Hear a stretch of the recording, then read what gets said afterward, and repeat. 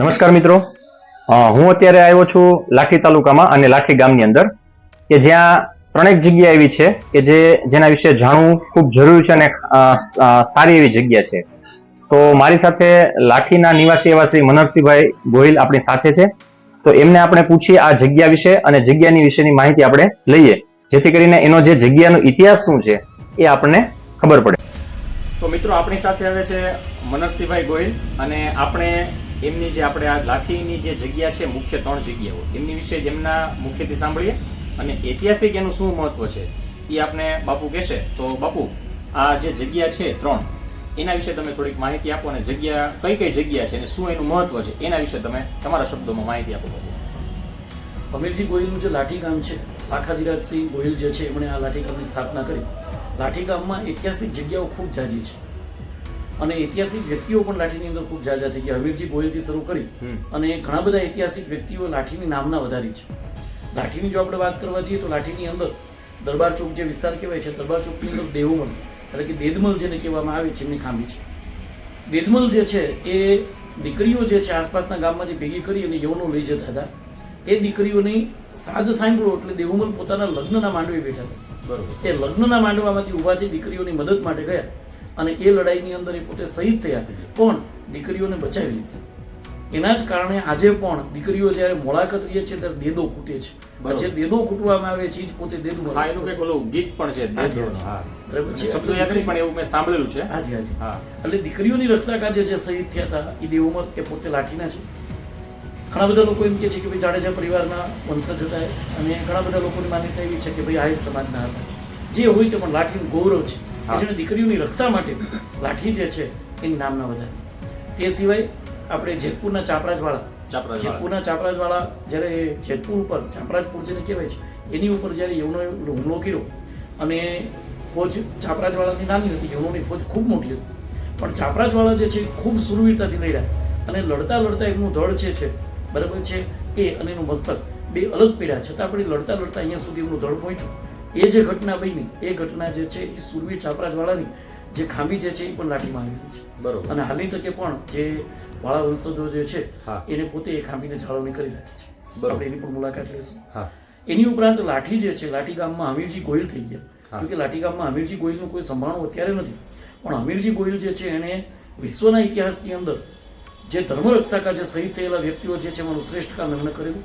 સોમનાથની સખાતે એ લાઠીથી લઈ અને સોમનાથ સુધી ગયા અને પોતાની સાથે માત્ર ગણાગાંઠા વ્યક્તિઓને લઈ ગયા હતા, છતાં પણ યવનોની ફોજને ખૂબ ભારે પડ્યા અને કમળ પૂજા આપી અને લડાઈ કરી અને યવનોના દાંત ખાટા કરવાની કામગીરી જો કરી હોય તો અમીરજી ગોહિલ હોય.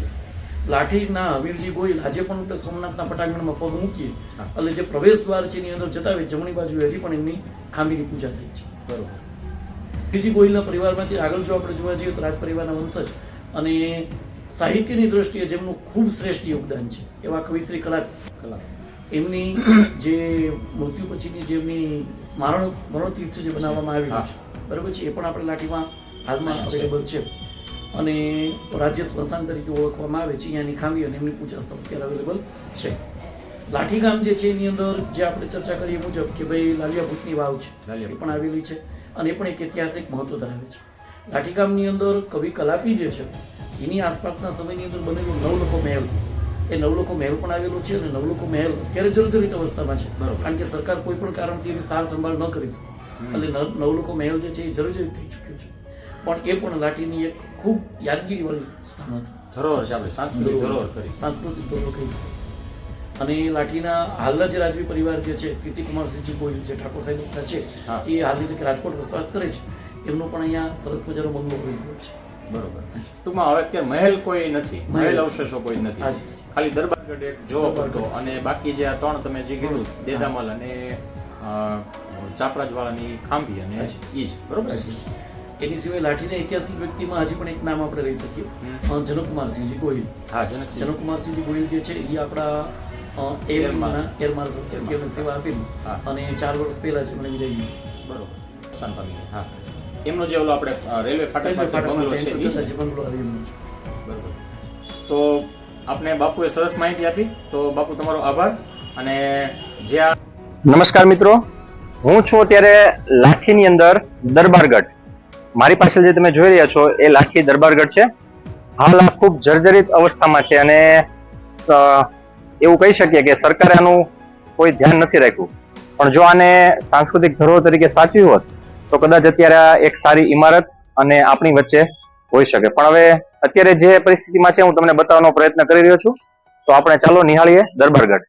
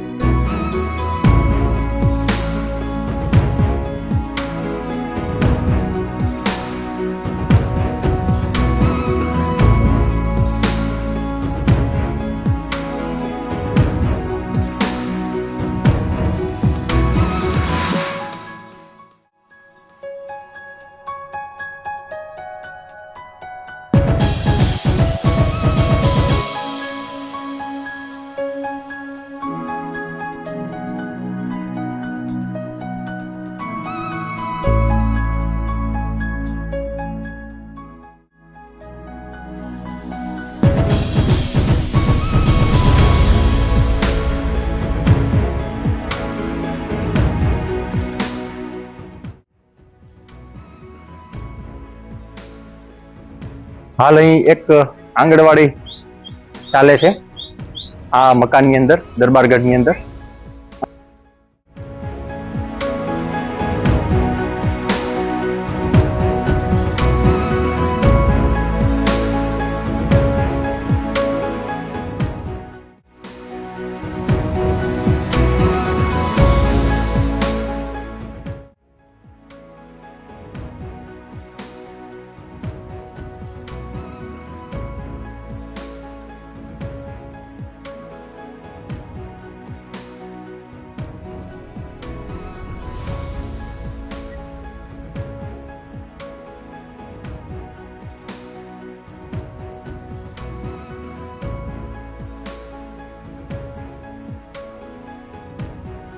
મિત્રો, આ છે રણવીર ચાપરાજ વાળા બાપુની થાંભી. અહીં વાળા પરિવાર દ્વારા સ્મારક બનાવીને એમને વ્યવસ્થિત રીતે રાખેલું છે. સાથે આ તમે જોઈ શકો કે એક મકાનના સ્વરૂપમાં એમણે આખું પરિવર્તિત કરી દીધું છે.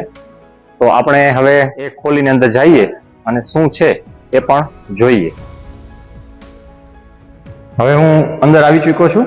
આ જગ્યા તમે જોઈ શકો છો કે એની ખાંભી જે છે ચાપરાજ બાપુની, એ ખાંભી નીચે છે.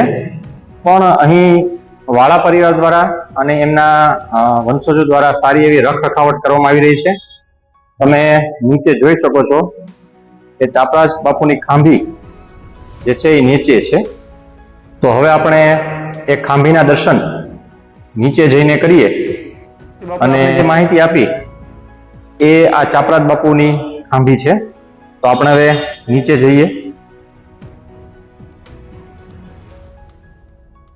તમે જોઈ શકો છો કે અહીં એમના વંશજો દ્વારા પૂજા કરવામાં આવતી હોય છે અને અહીં આ જગ્યાને એમણે સરસ જાળવણી કરેલ છે એવું આપણે કહી શકીએ. જે સંત અને સુરાની ભૂમિ જે આપણે કહીએ છીએ એમાં એક આ સુરવીર જે થઈ ગયા એ ચાપરાજ બાપુ ની આ ખાંભી તમે અત્યારે જોઈ શકો છો.